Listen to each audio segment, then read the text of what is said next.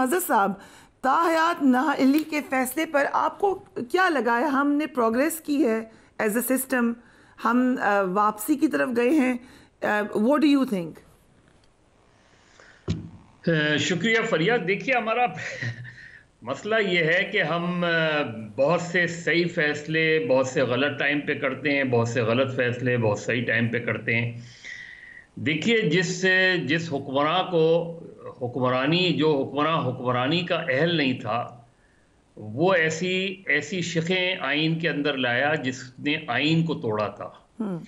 अब आप तसव्वुर करें कि उसके बाद कई असेंबलियां आईं और उन असेंबलियों ने इन शिकों को बरकरार रखा, क्योंकि उनका शायद उस वक्त पॉलिटिकल इंटरेस्ट उसमें पिना था।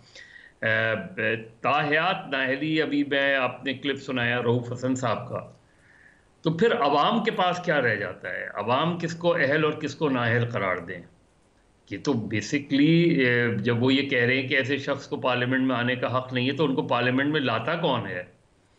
आप अपने वोट से लाते हैं, या जो आप हमारे यहाँ हरफ़-ए-आम में पॉलिटिकल इंजीनियरिंग के थ्रू लाते हैं? लेकिन बहरहाल ये हक जो है जमहूरी माशरों में वोटर को हासिल है कि वो वोटर जो है उसको दोबारा वोट ना दे जिसको वो समझता है कि वो करप्ट है या वो अहल नहीं है। हमने अगर ये चीज़ चंद हाथों में दे दी, तो फिर तो कोई भी लाइक्स और डिसलाइक्स की बुनियाद पे ये चीज़ें करता रहेगा। जिस ठीक है। तरह अभी अली ज़फ़र साहब भी कह रहे थे कि कल कोई और बेंच आके, क्योंकि हमारे यहाँ पोलिटिसाइजेशन और पोलराइजेशन ऑफ द सिस्टम इतना शार्प हो गया है कि कल मेरी पसंद की कोई लोग आएंगे तो वो मेरी पसंद का फैसला करेंगे, कल दूसरों की पसंद के लोग आएंगे तो दूसरों की पसंद का फैसला करेंगे। सो यू एग्री कि इट्स पॉसिबल कि 7 रुकनी बेंच से बड़ा कोई बेंच किसी दिन आ जाए और हाँ, हाँ। आकर इसको कलअदम करार दे दे? इज इट अ नहीं, नहीं, पॉसिबिलिटी? बिल्कुल। यहाँ मुल्क के आइन को उठा के एक तरफ फेंक दिया जाता है, मुल्क का आइन तोड़ दिया जाता है। उन पे कभी आर्टिकल 6 लगाने की हिम्मत नहीं हुई। जिस पे आर्टिकल 6 लगाया था, उसके आगे आर्टिकल 6 लगाने वालों को उम्र कैद की सज़ा हो गई, लेकिन आर्टिकल 6 के मुर्तकिब लोगों को बड़ी आराम से मुल्क से बाहर भेज दिया गया। तो it's a collapse of a system. ये बेसिकली एक सिस्टम का कोलैप्स है, जिसकी हमें मुख्तलिफ शाखें नज़र आती हैं, जो कभी इस तरह के इक़दाम से होती हैं। आज शायद नवाज शरीफ साहब को सूट कर रहा हो ये नाअहली ख़त्म होने की, लेकिन 1997 में व्हेन ही हैड 2/3 मेजॉरिटी, उन्होंने उस वक्त उसको क्यों रिटेन किया? शायद इस वजह से कि उस वक्त वो अपने मुखालफिन को इसका निशाना बनाना चाहते थे। तो ये हमारा हमारा डायलेमा है, हमारी पॉलिटिकल सोसाइटी का, हमारे पॉलिटिकल सिस्टम का डायलेमा है कि हम जो जो अमेंडमेंट्स करते हैं वो भी अपने पर्सनल इंटरेस्ट के खातिर करते हैं, और जिन अमेंडमेंट्स को ख़त्म किया जाता है वो उस वक्त अगर मुझे सूट कर रहा होता है तो I will welcome that. Mazhar Abbas साहब, एग्जैक्टली क्या हो रहा है पीएमएलएन के कैंप में? देखिए फरिया, पंजाब में आप खुद अभी लाहौर में अतर काज़मी भी, नसरुल्लाह मलिक, आप तीनों ही लाहौर में आते जाते भी रहते भी हैं। लाहौर में आजकल स्मोक बहुत है, और ऐसे स्मोक में आपको पता है सियासी स्मोक भी अपनी जगह कायम है। मेरा ख्याल है नवाज शरीफ साहब जो है वो एक कन्फ्यूजन का शिकार हुए, और वो कन्फ्यूजन गालिबन यही थी कि उनकी जो ताहयात नाअहली है वो ख़त्म होगी या नहीं होगी।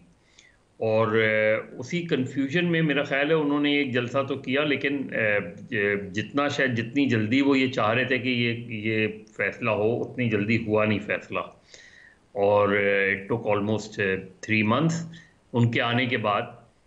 तो उससे पहले वो किसी किस्म की कैंपेन का गालिबन रिस्क नहीं लेना चाहते थे। उनको मेरा ख्याल ये है कि दूसरा जो सबसे बड़ी बात है कि नवाज शरीफ ने 3 साढ़े 3 साल जो बाहर रहे, माजी में वो 2000 से 2007 तक रहे, तो इतना ज़्यादा जब वो वापस आए तो इतना ज़्यादा नुकसान उन्हें नज़र नहीं आया, because there was no third option at that time.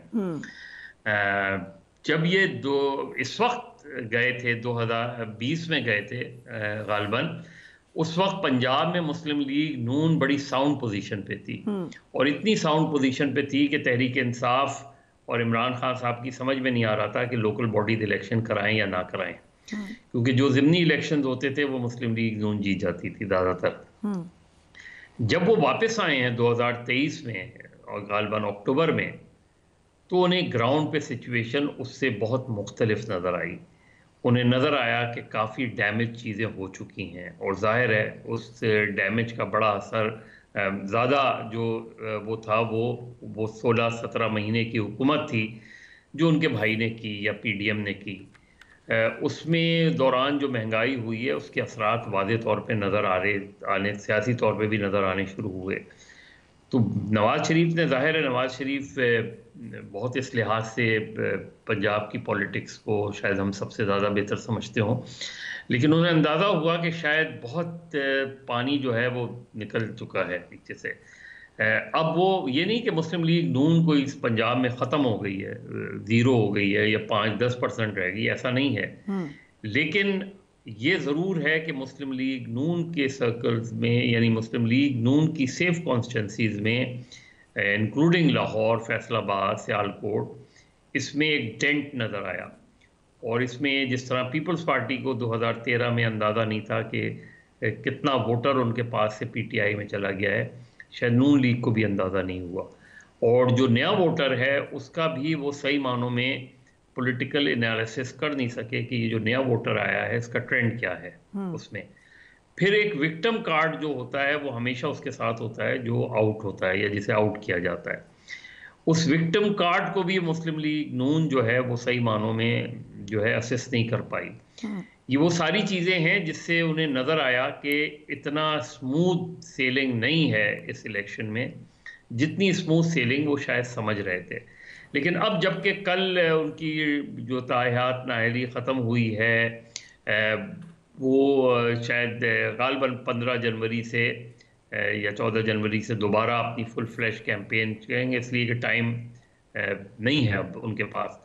और किस हद तक वो कवर कर पाएंगे ये बहुत इम्पोर्टेंट है कि किस हद तक, क्योंकि ये जो इनका आईपीपी से सीट एडजस्टमेंट या छोटे ग्रुप से, क्योंकि 15-16 को मंशूर आना है और जल्द से 22 जनवरी को होने हैं।